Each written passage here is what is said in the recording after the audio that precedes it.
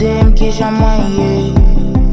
Apre sa te pase, eske ou stil nan panse si m'arive pliye ou.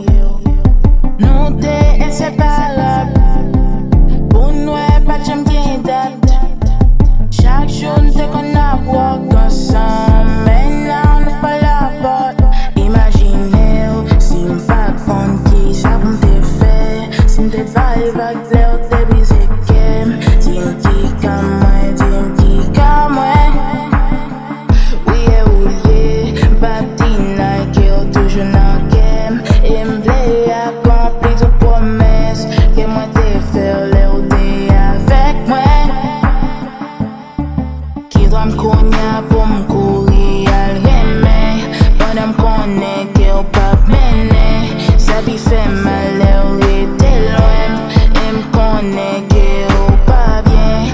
Pandan wap kouri al reme, ke ou stil retan zenglen. Bagyen lot ka breme ou pi bien. Pase, pase mwen.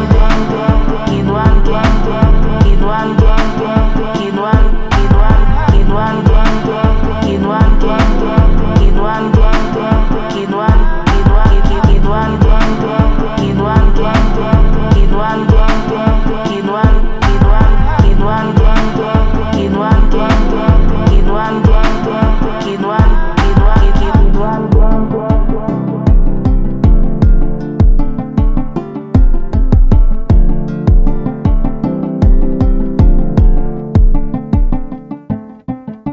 si ou pat kapab ou te ka di sa, mais ou pat gen dwa brise mwen kon sa.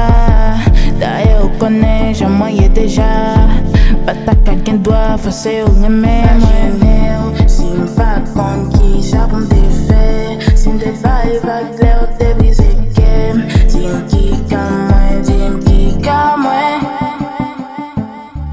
Ki dwa m'konya pou m'kouri al reme, pandan m'konnen ke ou pap mene. Sa bi fe male ou rete lwen, e m'konnen ke ou pa bien. Pandan wap kouri al reme, ke ou stil retan zenglen.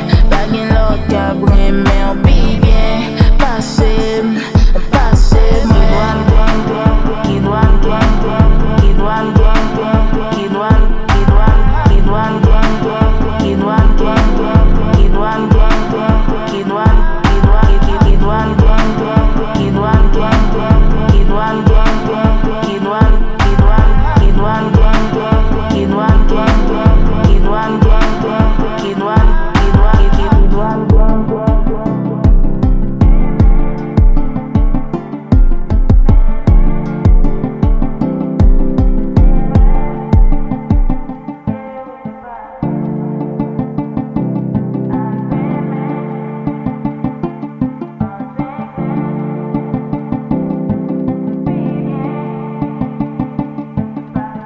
Ki dwa m'gen.